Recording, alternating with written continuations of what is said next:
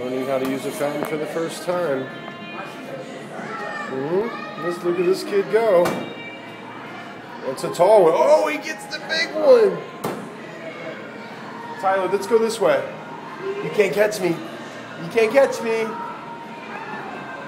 Tyler. That's better than that. Let's put your little pants up. No low ride in there, gringo.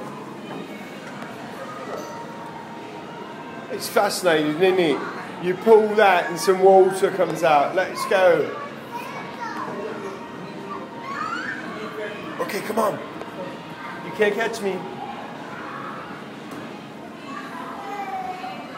Hurt?